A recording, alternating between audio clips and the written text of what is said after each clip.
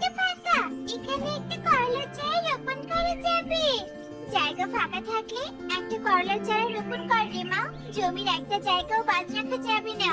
আচ্ছা ঠিক আছে মা, রোপণ করছি।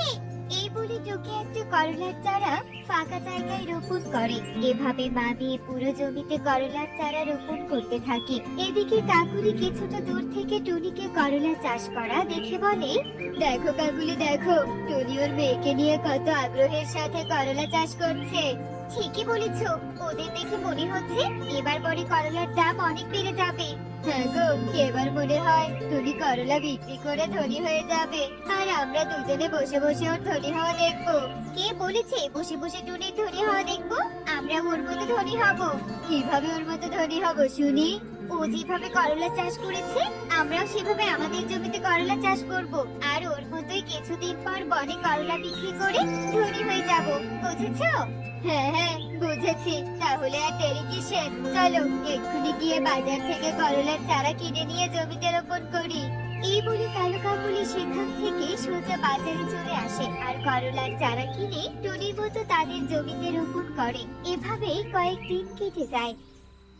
মা টুকি, ওখান থেকে কয়েকটা বাঁশের টুকরো নিয়ে আয় তো, এখানে একটা করলা গাছ হেলে আছে, এই করলা গাছটা বাঁশের খুঁটির সাথে বেঁধে দিতে হবে। হ্যাঁ মা, এক্ষুনি নিয়ে আসছি।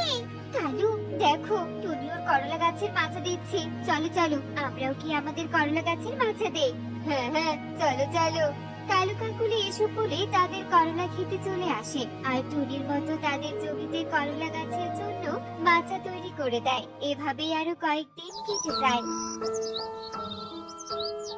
কাকুলি দেখে এসো তো, ওই টুনি ওর করলার খেতে কি কি কাজ করছে। টুনি ওর খেতে যা যা কাজ করবে, যা যা সার কীটনাশক ব্যবহার করবে, আমরাও তাই করব, তবে টুনির মতো ভালো ফলন হবে আমাদের জমিতে। ঠিক বলেছো, আমি এক্ষুনি গিয়ে দেখে আসছি।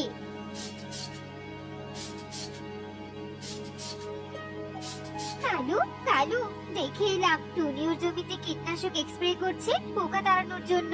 তুমি আর দেরি না করে এক্ষুনি বাজার থেকে কীটনাশক নিয়ে এসো, যাও। যাচ্ছি কাকুলি।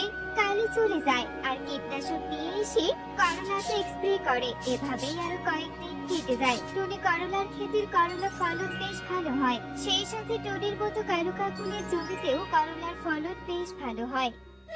আমি যে ক্ষেতেটা অনেক করলা হয়েছে, তা করলা কোন দিন তুলবে আর কোন দিন বাজারে বিক্রি করবে? মারি, আজকে করলা তুলবো আর আজকে বাজারে বিক্রি করব। যা, ঘর থেকে ঝুড়িটা নিয়ে আয় তো। আচ্ছা ঠিক আছে মা, একটু অপেক্ষা করো, আমি এক্ষুনি আনছি। কালু, শুনলি টুনি নাকি আজকে করলা তুলে বাজারে বিক্রি করবে? হ্যাঁ হ্যাঁ তাই তো শুনলাম। চলো চলো, আমরা তাহলে আজকে করলা তুলবো আর বিক্রি করব।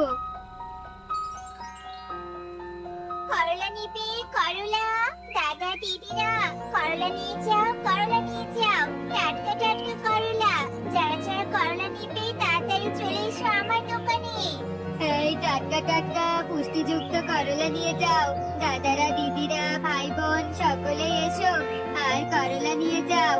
এভাবে টুনি আর কালু দুজনেই বলতে থাকে। কিছুক্ষণ পর টুনি কালুকে বলতে থাকে, কালু দাদা শোনো, বলি কি, তুমি আর আমি দুজনে করলা চাষ করেছি, আমরা দুজনে যদি একই দিনে করলা বিক্রি করতে নিয়ে আসি, তাহলে তোমার আমার কারোরই করলা বিক্রি হবে না, উল্টো দুজনেরই করলা পচে যাবে। তাই বলি, যেদিন আমি করলা বিক্রি করতে আসবো সেদিন তুমি এসো না, আবার যেদিন তুমি করলা বিক্রি করতে আসবে সেদিন আমি আসবো না। এভাবে মিলেমিশে যদি আমরা করলা বিক্রি করি তাহলে তুমি আমি দুজনে মিলেমিশে লাভবান হতে পারবো। বুঝেছো দাদা? এই শোন, আমাকে তোর জ্ঞান দিতে হবে না, আমি প্রতিদিন আসবো করলা বিক্রি করতে, বুঝেছিস? দাদা, আমার কথাটা একটু মন দিয়ে বোঝার চেষ্টা করো। এই বললাম না, আমাকে তোর জ্ঞান দিতে হবে না, যা তো এখান থেকে, করলা বিক্রি করতে দে। কালু এই বলে টুনিকে ওর দোকানের সামন থেকে দাঁড়িয়ে দেয়। করলা নিয়ে যাও করলা, দাদা দিদি করলা নিয়ে যাও, টাটকা টাটকা করলা নিয়ে যাও। এই করলা চলে গেল, চলে গেল, সুস্বাদু করলা চলে গেল। এভাবেই টুনি আর কালু করলা বিক্রি করতে থাকে। এভাবেই বেশ কয়েকদিন কেটে যায়। টুনি আর কালু প্রতিদিনের মতো করলা নিয়ে বাজারে বিক্রি করতে চলে আসে। টি দিদি, ও টি দিদি, করলা নিয়ে যাও, আজকে করলার দাম একদম কম। না না,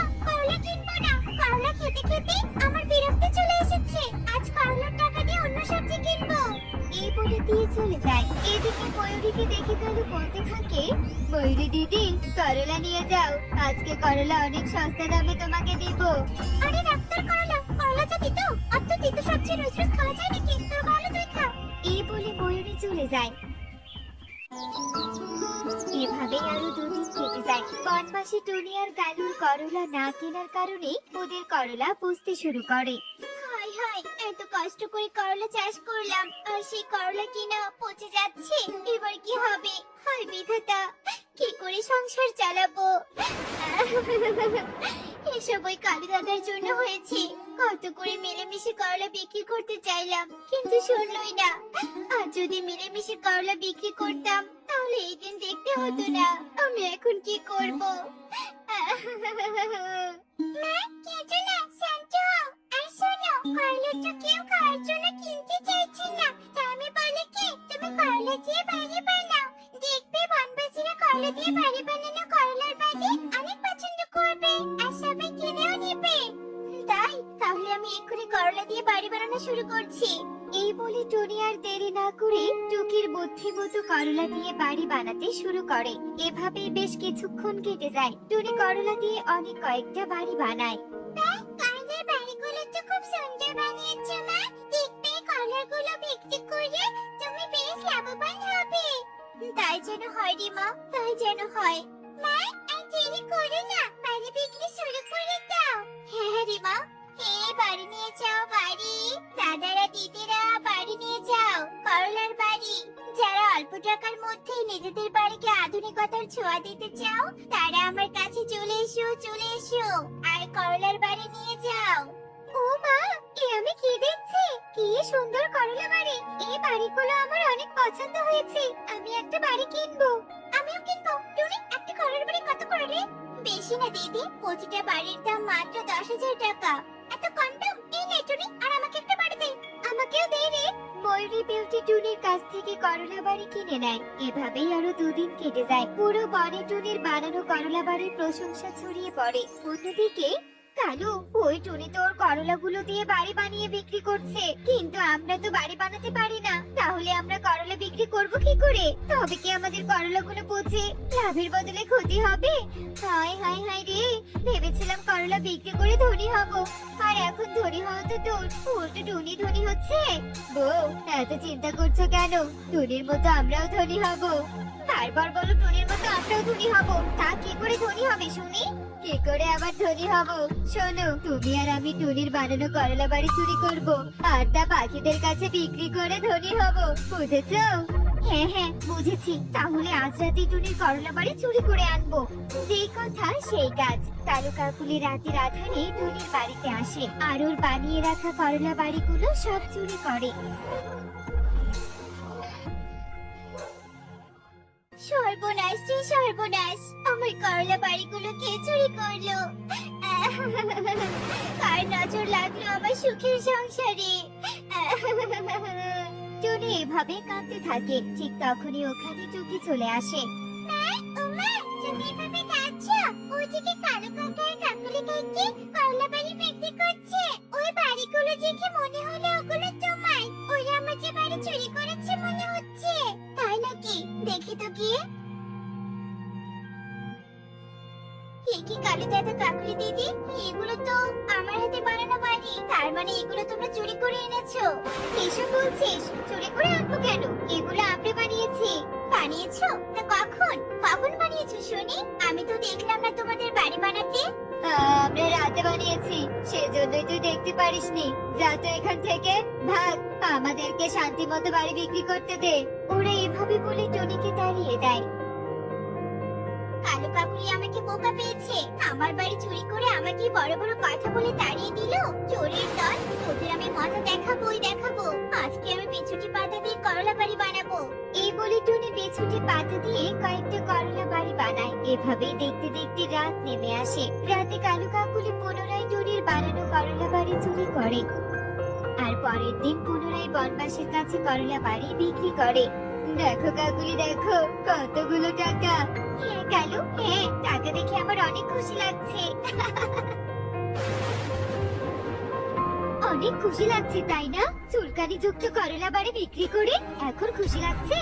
নানি, তোমরা কি বলছো? আমরা তো কিছুই বুঝতে পারছি না। বুঝতে পারছিস না? দাঁড়া, তোদের বোঝাচ্ছি। দাদা, শুরু করো।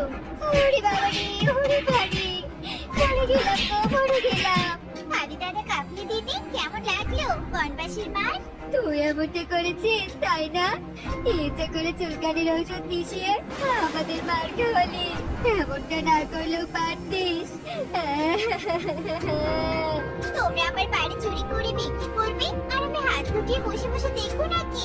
অন্যায় করেছো, অন্যায় শাস্তি পেয়েছো, এবার বোঝো মজা। টুনি এই কথা বলে চলে যায় আর কালু কাকুলি ব্যথায় আর্তনাদ করতে থাকে।